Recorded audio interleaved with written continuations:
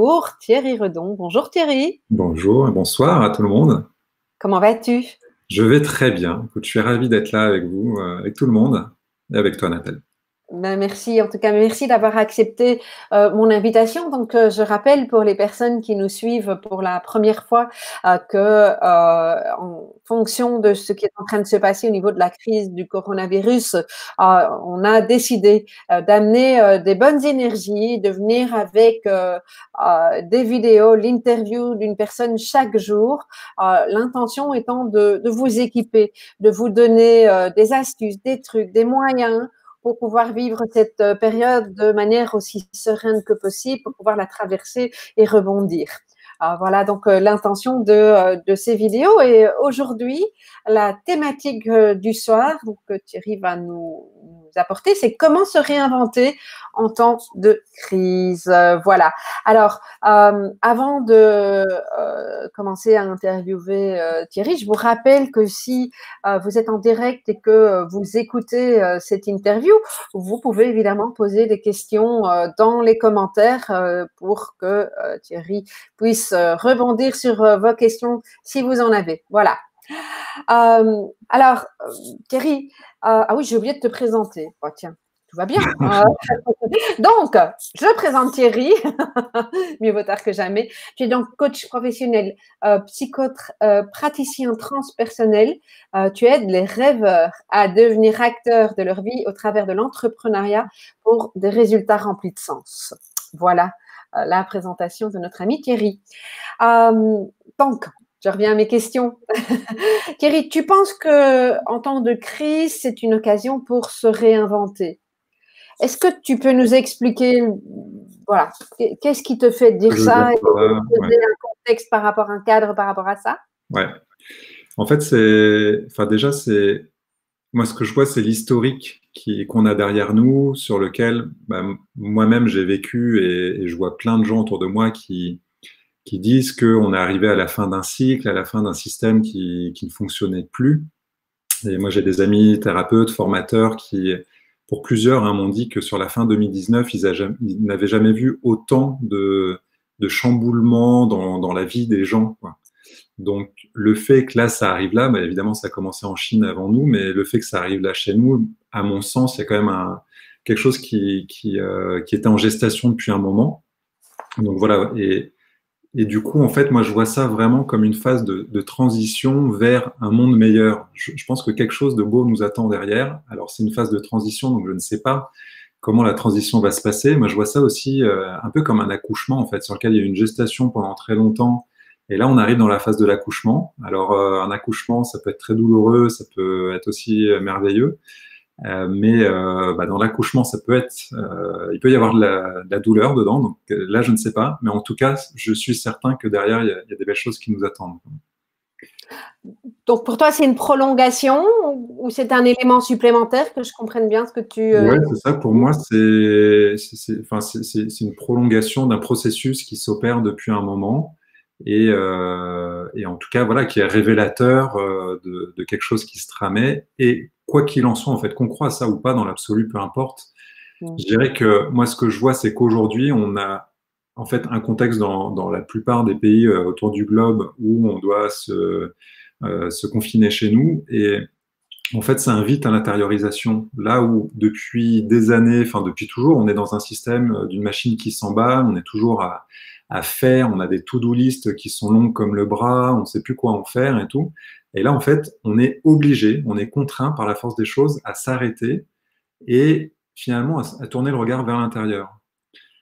Et moi, rien que là, en quelques jours, j'ai vu à quel point c'est venu me chercher sur mon style de consommation. Ne serait-ce qu'un exemple vraiment très basique, c'est moi, j'ai fait des grandes courses là, il y a quelques jours pour remplir mon frigo et mes placards.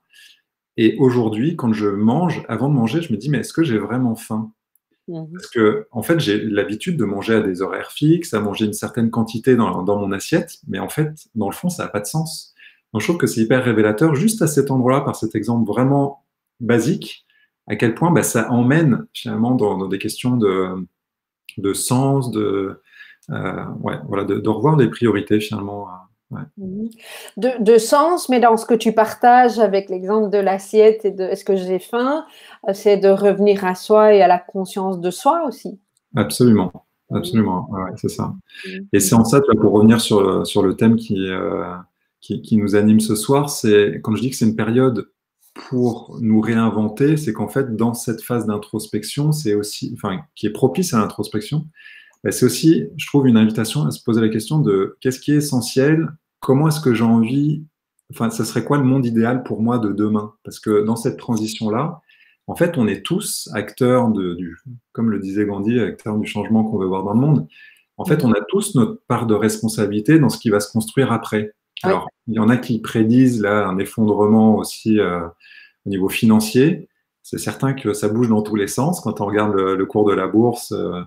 Donc, j'en sais rien, c'est pas ma spécialité, mais en tout cas, je suis certain qu'il y a des choses qui vont bouger. Moi, je sais que depuis plusieurs jours, je me dis, je crois qu'en fait, ceux qui ont raison, ceux qui sont à l'abri, c'est ceux qui ont un jardin potager, parce que en fait, Mhm. ils sont autonomes, et puis ils sont peut-être pas dans la même machine qui s'emballe en fait depuis un moment. Mhm. Mais tu parles aussi de contribution et j'entends, je ne sais pas si c'est comme ça que tu l'as dit, mais responsabilité. Je Ouais, pense qu'on peut dire aussi au quotidien aujourd'hui, les gens qui restent chez eux, qui sortent. Enfin voilà, je pense qu'il y a déjà une prise de conscience importante à ce niveau-là de notre responsabilité individuelle par rapport à ce qui se passe ou ce qui pourrait se passer dans la semaine qui suit, en fait. c'est ça, exactement. Après, moi, ce que je trouve en fait magnifique dans la phase de confinement dans laquelle on est, en tout cas en France là en ce moment, c'est que en fait, il y a énormément de gens qui, depuis des années, disent, moi, j'aimerais ralentir, j'aimerais avoir plus de temps pour moi, j'aurais passé plus de temps avec ma famille. Ben voilà, c'est cadeau. Voilà, je ne vais pas tourner en dérision non plus ce qui est en train de se passer, mais dans le fond, il y a deux manières de regarder la situation. On peut voir ça comme quelque chose de dramatique, et on peut voir ça comme une opportunité. Opportunité de passer du temps avec ses proches. Moi, je sais que là, depuis quelques jours, bah, j'appelle les personnes que j'ai jamais le temps d'appeler. Donc, c'est un superbe cadeau de pouvoir faire ça. Je fais du sport chez moi parce que j'ai jamais le temps de le faire. En tout cas, je le prends pas autant que je l'aimerais. Donc, bah voilà, j'essaye de tourner positivement ce qui est en train de se passer. Aussi pour moi, pour me questionner en fait sur bah, c'est quoi la suite à laquelle j'ai envie de contribuer. Mhm, mhm, Ouais. mhm. Mais alors, tu parles de la suite à laquelle tu as envie de contribuer. Est-ce que c'est pas un peu tôt pour se dire déjà maintenant quelle va être cette suite, hein? Je vois dans les Ouais. personnes que j'accompagne, là, les personnes qui réécouteront l'enregistrement en Belgique, on est confiné depuis ce midi. En France, c'est depuis 2 jours, donc c'est tout récent. Il y a des gens qui sont en pleine panique. Il y a des gens qui Ouais. qui me disent qu'ils perdent leur repère, que c'est pas le tout de se retrouver à la maison.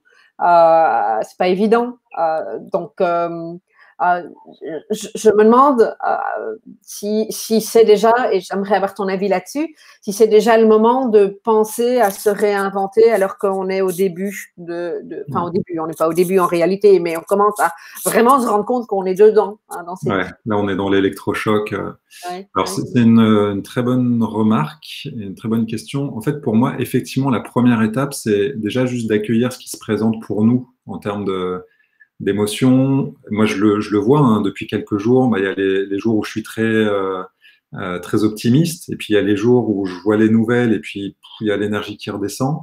Donc, ça fait des fluctuations, et c'est certain. Voilà. Mhm, mhm, Donc, première chose, c'est vraiment d'accueillir ça. Et je trouve aussi, c'est de partager ça autour de soi. Et d'ailleurs, dans ce cas, enfin, pour favoriser ça, moi, j'ai mis en place là, de manière très spécifique dans la période de confinement, des groupes de discussion en ligne, enfin, des groupes de parole en ligne, parce que j'ai constaté, en fait, autour de moi, ce besoin de déposer la parole. Et puis, bah, c'est ce que je vois aussi dans mon métier de psychopraticien. C'est, en fait, juste le fait de déposer ce qu'on est en train de traverser, d'être entendu là-dedans, bah, déjà, ça fait énormément de bien. mhm, mhm, mhm. Donc, bah, on aura l'occasion d'en reparler un peu de ces groupes-là si tu veux. Mais donc ça, c'est la première chose, c'est effectivement de se déposer. Et ensuite, c'est vrai qu'il y a une fois qu'on a fait ça, bah, moi j'aime bien aller dans la dimension de là, c'est là que je bascule en fait dans mon rôle plus de coach, en fait de commencer à construire la suite. Donc, Mhm. oui, c'est peut-être pas la minute, mais c'est peut-être demain, après-demain ou dans une semaine. Et pour ça, moi, ce que j'aime beaucoup, c'est un modèle qui a été développé par Robert Dilts, donc qui est un des grands acteurs de la PNL depuis 40 ans. Il a écrit plus de 25 bouquins. Donc tous ceux qui ont fait de la PNL connaissent le nom de Robert Dilts. Et moi, j'ai eu la chance de me former auprès de lui il y a quelques années sur le modèle qui s'appelle SFM, c'est Success Factor Modeling. D'accord. Et donc, il en a plusieurs, mais là, moi, celui auquel je suis formé et que j'utilise beaucoup, c'est celui qui est autour de l'entrepreneuriat. En fait, ce qu'il explique, c'est qu'il y a 5 facteurs de succès qui permettent de construire un projet entrepreneurial. Et ce modèle-là, il n'est pas sorti de nulle part, hein, il n'est pas sorti de son chapeau complètement. C'est qu'en fait, il a regardé comment est-ce que des grands entrepreneurs de la nouvelle génération, c'est comme ça qu'il les appelle, ont construit leur projet. Mhm. Voilà. Et la première des 5 clés, c'est d'être en contact avec sa passion. Alors ça, je sais que c'est difficile de mettre des mots sur sa passion, ça peut être quelque chose de très abstrait. Je sais même quand je parle de ça autour de moi, il y en a beaucoup qui me disent « mais moi, j'ai pas de passion ». Alors qu'en fait, on a tous à un endroit quelque chose qui nous anime. En fait, la passion, c'est une source d'énergie énorme. Et c'est quelque chose qui est un fil conducteur, en fait, qui s'est présenté dans notre vie, dans plein d'aspects, en fait, plein de projets, plein de choses différentes. Donc, tu vois, juste cette étape-là, qui est après avoir accueilli ce qui se présente pour nous, d'aller explorer ce que c'est que notre passion, bah ça, tant qu'on est en mode confinement, c'est des questions qu'on peut se poser déjà. C'est en ça que je trouve que c'est une période qui est hyper propice à l'introspection. Tout à fait. Et se connecter à sa passion aussi, c'est se redonner de l'énergie qu'on risque de ne pas avoir pendant cette période où on se retrouve seul ou en famille en fonction de sa situation. Donc oui, tout à fait. Absolument, ouais, clairement. Est-ce que tu veux continuer sur le modèle? Oui, bien sûr. La deuxième étape, c'est de travailler sur sa vision. En fait, c'est d'identifier sa vision. Et c'est pour ça, tu vois, depuis le début, tu m'as certainement entendu dire plusieurs fois, c'est quoi quel est le monde idéal auquel j'ai envie d'appartenir? En fait, celui que j'ai envie de construire. Et en fait, la vision dans le modèle de Robert Dilts, là, du SFM, c'est vraiment ça, c'est le monde idéal vers lequel j'ai envie de tendre. Alors, ça peut être dans 200, 300, 500 ans peut-être. Donc, il y a quelque chose qui est un peu utopique, en fait, là-dedans. Ou pas, parce que ça donne une grande direction. En fait, c'est là où c'est intéressant, c'est d'identifier la grande direction. Et moi, je vois toutes les personnes que j'accompagne, et même des amis, et autres autour de moi. Aujourd'hui, il y a des notions d'écologie, il y a des notions de remettre l'humain au centre, de retrouver un équilibre pro-perso, qui sont devenus absolument universels, en fait, comme conscience et comme besoin d'aller vers ça. De plus en plus universel, évidemment. Moi, je côtoie des gens qui sont câblés là-dessus. Peut-être que ça n'a pas encore touché tout le monde, mais globalement, de plus en plus, on va vers ça. Donc, plus il y a une vision commune qui tend vers ça, plus ensuite les projets vont pouvoir émerger et se créer autour de ça. Voilà, donc, la deuxième grande étape, c'est la vision. Et à l'intérieur de ça, donc moi, j'adresse plus particulièrement des entrepreneurs, mais ça marche aussi avec quelqu'un qui n'est pas dans l'entrepreneuriat. En fait, c'est de se poser la question de qui serait mon client ou qui seraient les personnes que je pourrais accompagner ou que nous pourrions accompagner quand on fait ça à plusieurs, et pour les emmener de là où ils sont aujourd'hui vers ce monde idéal.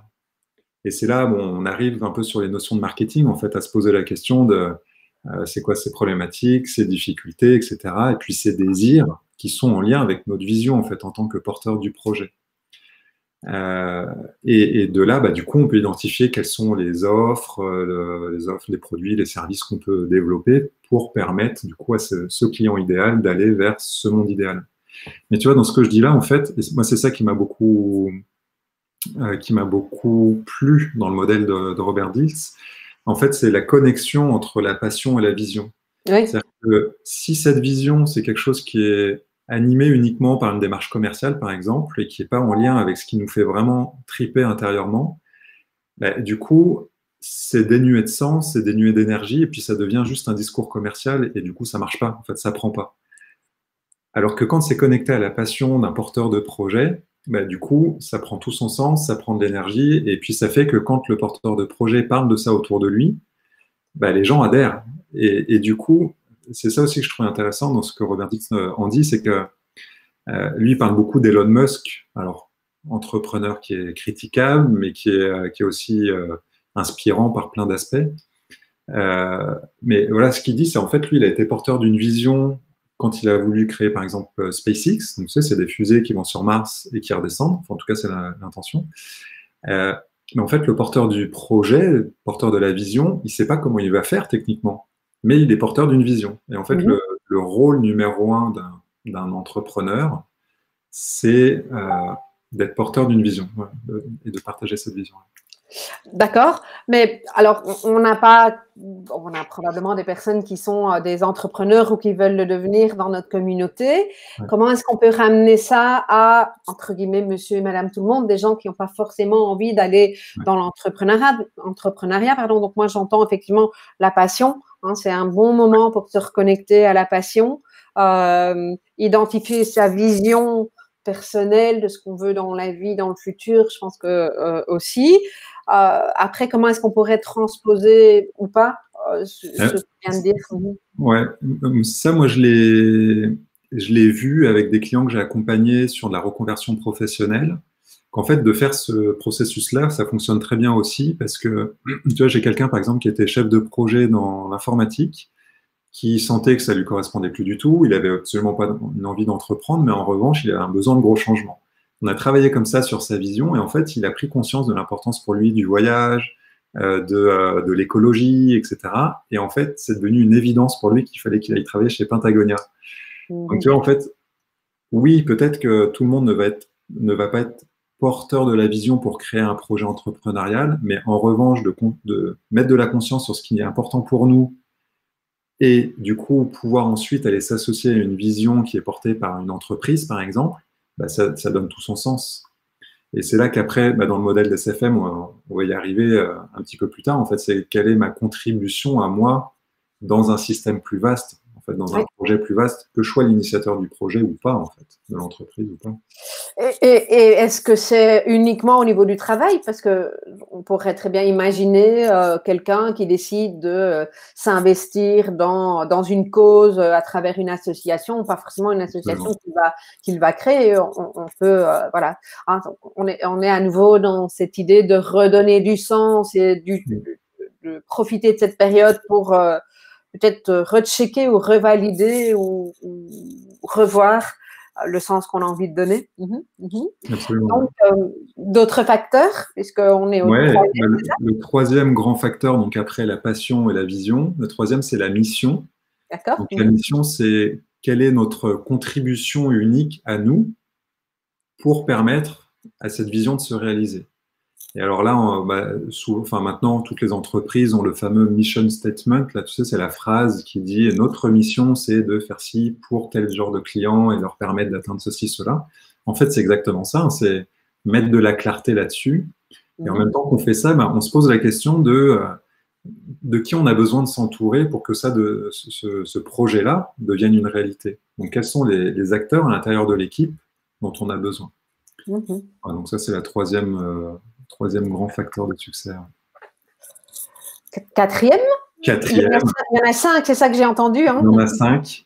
Alors, les quatrièmes et les cinquièmes, j'aime bien les évoquer ensemble parce qu'en fait, ils sont intimement liés. Le quatrième, c'est l'ambition. Et le cinquième, c'est le rôle. Alors, je m'arrête un peu sur le quatrième. En fait, le quatrième, l'ambition, c'est là qu'on commence à se mettre des indicateurs chiffrés. Parce que jusque-là, tu as vu qu'on est dans quelque chose de très abstrait. Quand on parle de la passion, il n'y a pas plus abstrait que ça. La vision, on commence quand même à visualiser quelque chose, mais c'est quelque chose de très idéalisé. Donc, voilà. La mission, c'est encore une belle phrase un peu nébuleuse, même si ça met quand même de la clarté. Et l'ambition, c'est là qu'on commence à se dire, tiens, on aimerait atteindre tant de personnes par notre projet, on aimerait par exemple faire tel chiffre d'affaires. Je cite ça comme exemple parce que c'est facile de se le représenter, mais on peut avoir des ambitions chiffrées différemment. Et donc voilà, on définit finalement quel serait notre objectif. Et c'est là où ça s'articule complètement avec la notion du rôle, parce que en fonction de l'objectif qu'on fixe, c'est-à-dire en fonction de l'ambition, on n'a pas du tout le même rôle. Par exemple, moi, je sais que j'accompagne aussi beaucoup des gens qui sont dans le coaching ou dans l'accompagnement, on va dire bien-être au sens général. Si mon ambition, c'est d'accompagner 10 000 personnes par an, je vais pas du tout avoir le même rôle que si mon ambition, c'est d'avoir, je sais pas, 100 personnes par an ou 30 personnes par an. Parce que dans un cas, je vais être sur un rôle très massif où je vais aller chercher des partenaires, où je vais faire de la communication, de la visibilité, etc. peut-être. Et dans l'autre cas, bah, je vais être plus au contact de mes clients, au jour le jour, très soutenant, très présente, très à leur contact, quoi. Ouais. Donc voilà, le rôle et l'ambition sont intimement liés. Et moi, ce que j'aime bien rajouter sur cette notion de rôle, c'est aussi de mettre de la conscience sur ce qui est notre zone d'excellence. On parle beaucoup de ça dans le coaching, tu as certainement vu passer ça dans tous les sens sur les réseaux sociaux, mais en fait, c'est à cet endroit-là que ça se passe. C'est quelle est ma zone de génie à moi, et c'est hyper important de mettre de la clarté là-dessus, parce que, tu vois, moi, j'ai vu, quand j'ai travaillé sur le modèle SFM il y a quelques années, j'avais des ambitions, tu vois, c'était quelque chose de...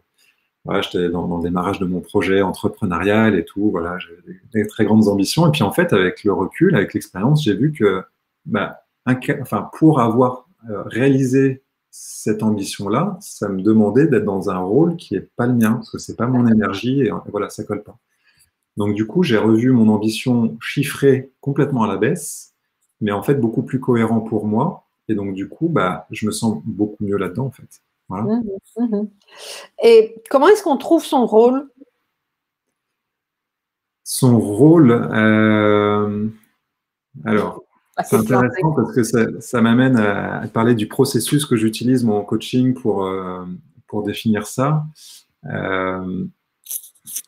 En fait, quand on travaille sur l'ambition et le rôle, moi j'aime bien travailler sur le storyboard, c'est-à-dire d'identifier quelles sont les grandes étapes qui vont nous permettre d'aller justement vers cette vision-là. Et du coup, c'est là qu'on identifie concrètement ce dont on a besoin. Dans la question du rôle, en fait, il y a aussi, pour moi, la question fondamentale, c'est quel genre de personne est-ce que j'ai besoin de devenir pour que ce projet existe. Donc, ouais. Ok. Mais donc, je vais revenir, hein, merci pour ces facteurs, hein, très intéressants. Mais je reviens donc à ce qui se passe aujourd'hui, parce que ce que tu nous présentes, c'est un vrai processus. Ce n'est pas quelque chose qui va se passer en 2-3 semaines, peut-être plus de confinement, j'imagine. Qu'est-ce que tu en penses? Oui, non, c'est sûr que c'est un processus qui prend du temps, qui se fait de manière itérative. Moi, ça, je le vois quand j'accompagne des gens, je l'ai vécu moi-même. Et puis, tu vois, comme je le disais là, moi, entre il y a quelques années, quand j'ai appris, et aujourd'hui, ça continue encore à bouger. Après, en fait, moi, je trouve que le modèle est super intéressant pour justement comprendre les articulations entre ces différents facteurs-là. Voilà. Pour autant, je ferme juste cette parenthèse-là. Oui, actuellement, je pense que la priorité, c'est juste d'accueillir ce qui est présent et de commencer à travailler sa vision à partir de sa passion. Donc, de mettre de la clarté sur sa passion, sa vision. Parce que pour l'instant, c'est là que ça se passe, en fait. Je pense que ça peut même se construire dans les interactions avec nos proches, en regardant ce qui se passe sur les réseaux sociaux, dans la presse, etc. Parce que, en fait, c'est une invitation à nous positionner. Ouais. Tu vois, souvent, je regarde les infos, tout ça, je sais pas. Et non, là, je pense qu'il est temps qu'on se positionne, et c'est une invitation à la responsabilisation. Oui. Oui, tout à fait. Et peut-être, il me semble en tout cas que ce qui peut être intéressant à dire au public qui nous écoute, aux personnes qui nous écoutent, que l'idée n'est peut-être pas d'avoir la totale clarté sur ce que tu viens de nous amener ou d'autres choses d'ailleurs, mais que peut-être que la situation actuelle va faire émerger certaines choses et de ne pas remettre le couvercle après sur ces choses-là. C'est ça. Je ne sais pas si tu conseilles une façon de prendre note, comment est-ce qu'il y a quelque chose que tu proposes aux personnes pour que ça reste là, en fait, que ça ne parte pas, que ça ne s'envole pas après? C'est une très bonne question. Tu as des super questions parce que vraiment, tu pointes du doigt vraiment, moi, ce que j'utilise en coaching et qui me semble effectivement super important, c'est pour la passion, moi, ce que j'aime bien, c'est passer par des métaphores. Tu vois, ta passion, c'est quoi? C'est, je sais pas, comme un cheval au galop sur une plage. Ok, tu gardes ça. Soit tu vas me trouver une photo quelque part et puis tu l'accroches sur ton frigo, tu le mets en fond d'écran, sur ton téléphone, enfin, tu fais ce que tu veux, mais tu l'as sous les yeux. Soit, moi, ce que j'aime bien aussi, c'est faire dessiner. Ouais. Et alors souvent, les gens me disent, mais moi, je sais pas dessiner. On s'en fout. C'est pas ça qui est important. En fait, c'est de représenter, voilà, de matérialiser finalement quelque chose qui nous permet de nous reconnecter à cette passion-là. Alors là, je l'ai décrit par quelque chose de visuel. Ça peut être intéressant aussi de mettre du mouvement. Moi, je connais quelqu'un, par exemple, qui était très branché sur le succès, la réussite. À chaque fois qu'il parlait de ça, il avait le poing comme ça. Donc, tu vois, c'est porteur d'énergie, en fait, de faire ça. Pour d'autres, c'est autre chose. Moi, je sais que quand j'ai fait ce travail-là, moi, j'ai beaucoup l'image du chêne, tu vois, quelque chose de très ancré, qui protège. Donc voilà, tu vois, moi, alors, je sais pas si on voit mes deux bras. Hop, je suis obligé de rassembler, mais enfin, j'ai. Attends, je vais montrer tes deux bras. On va voir si c'est. Non, c'est pas toi, c'est moi. Voilà. Donc, les deux bras comme ça. Il faut que je recule un peu. Pour le tronc du chêne. Voilà, et puis après, bah, tu vois, je pense aussi à quelqu'un d'autre que j'ai accompagné quand on a fait ce travail-là. Lui, c'était Star Wars, en fait, son truc. Et immédiatement est revenu un cadre qu'il avait, tu vois, un genre de tableau, qu'il avait mis dans un carton à son dernier déménagement. Et il allait sortir, il a accroché dans l'entrée de chez lui, il passe devant tous les jours. Et tu vois, ça le reconnecte à ce qui est important pour lui, quoi. Donc, oui, ça peut vraiment prendre plein de formes. Moi j'utilise le journal créatif. Je ne sais pas si tu connais, mais le journal créatif, c'est intéressant parce que tu peux utiliser l'écriture, le collage et le dessin. Et comme tu le dis très très bien, l'idée c'est pas savoir dessiner, c'est moi je sais pas dessiner, j'utilise du pastel, je mets des couleurs et on peut faire un mix de 2 ou de 3 de ces composantes là. Et donc c'est assez intéressant. Et puis après tu peux retourner voir ce que tu as livré dans ton carnet. Et je trouve que le journal créatif ou quelque chose de similaire sont vraiment des outils très très riches pour le moment pour pouvoir déposer ce qui se passe en nous en cette période, comme tu l'as dit, hein, tu as parlé de période d'introspection, donc effectivement peut-être forcée, mais néanmoins une période d'introspection importante, je pense. Ouais, absolument. Avant d'aller tout doucement vers la fin de cette interview, est-ce que tu as envie d'ajouter quelque chose par rapport à ce qu'il est important à tes yeux dans ton expérience d'être ou de faire pour l'instant? Est-ce qu'il y a autre chose que tu veux rajouter? Pour l'instant, dans la période de crise, tu veux dire, ou par rapport au processus dont je parlais? Non, par rapport à la période de crise, parce qu'on est en plein dedans. Donc, Ouais, moi je reviens vraiment sur l'importance d'accueillir ce qui se présente pour nous. Tu vois, je redis un mot, là, ce que je te disais, c'est que moi j'ai créé des groupes de parole en ligne, là en ce moment, et je vois le succès que ça a. Là, en 3 jours à peine, j'ai 150 personnes qui sont intéressées par un événement qui a lieu demain. Donc je ne sais pas encore comment je vais gérer si tout le monde se connecte, mais on va s'organiser. Et puis j'ai déjà eu du coup là plusieurs occasions de le faire et je vois vraiment le besoin de se rassembler. Oui. Vraiment, c'est ça, hein, c'est que les mesures là, qui nous contraignent à rester chez nous nous isolent, alors que c'est super important de se rassembler, de parler. Il y a l'intelligence collective et tout. Donc moi j'ai lancé cette initiative. Je suis certain qu'il y en a plein d'autres. D'ailleurs, j'ai vu passer d'autres choses sur les réseaux sociaux. Donc trouver, c'est le conseil à ceux qui écoutent, c'est de trouver un espace pour ça. On pourra mettre le lien autour de la vidéo si tu veux pour mettre le lien du groupe pour que vous puissiez y avoir accès, effectivement. Voilà, donc ça c'est la première chose. Et puis après, il y a une autre chose. Tu sais que quand on a préparé, là, je te proposais de partager un cadeau pour les personnes qui nous écoutent. En fait, moi, j'ai monté il y a quelques temps maintenant une formation en ligne dont l'intention, c'est de permettre de se reconnecter à soi, de travailler sur la confiance en soi, son niveau d'énergie et tout. Ça, c'est quelque chose, moi, et ça se fait au travers d'un rituel qu'on fait quotidiennement, dans lequel il y a 10 grandes étapes. C'est quelque chose que j'ai mis en œuvre pour moi, personnellement, dans les moments de crise. Mais ma crise à mon niveau, de séparation, de deuil, etc.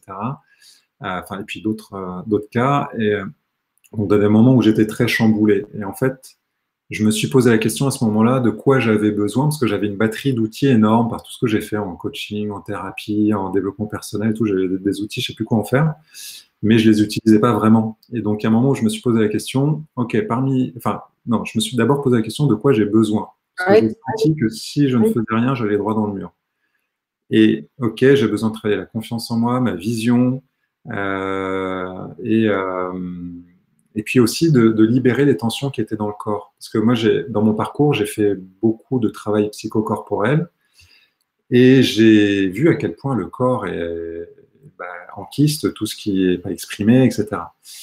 Et donc, quand je me suis posé ces questions-là, de quoi j'ai besoin, après, je suis allé chercher dans ma boîte à outils tout ce que j'avais découvert par des enseignants, par, allez, on lâche les mots, des maîtres spirituels et autres, puisque j'ai suivi des courants de pensée des uns et des autres. Voilà, puis de tout ça, j'ai créé mon rituel pour moi. J'ai vu à quel point ça m'avait aidé, enfin, ça m'a aidé. Et du coup, j'en ai créé une formation en ligne. Et donc, là, en ce moment, comme je pense que c'est quelque chose qui aide beaucoup, j'ai décidé de l'offrir à ceux qui ont envie qui ressentent le besoin en fait de se recentrer et qui en plus ont envie de profiter du temps qu'on a là pour faire ça. Et sachant que moi, vraiment, ça a été acquérir une nouvelle hygiène de vie. Tu vois, c'est comme se brosser les dents et prendre sa douche. En fait, quand on prend des bonnes habitudes, eh bien, c'est quelque chose qui nous booste, en fait. Voilà. Oui, tout à fait. Et je fais le lien avec ce que Aurore nous a partagé il y a, je ne sais plus, c'était avant-hier, oui, voilà. Ouais. 6e épisode, si je ne me trompe pas. Elle a mis en avant effectivement des clés aussi en lien avec ça, donc très intéressant parce que tout ça se rejoint. Et effectivement, je confirme à notre public puisque je suis toujours très curieuse et j'ai été voir ce que Thierry nous proposait. Donc moi, je me suis déjà inscrite à sa formation rituelle et très très intéressant à découvrir. Et voilà, vous aurez le lien en dessous de la vidéo sur YouTube. Merci beaucoup Thierry pour tes apports, tes conseils et puis ta générosité aussi dans le fait de nous offrir ce lien pour pouvoir aller un petit peu plus loin. Avec plaisir. Bonne soirée. Bonne soirée, à bientôt. Merci Nathalie. Bonne soirée à tout le monde. À bientôt. À bientôt.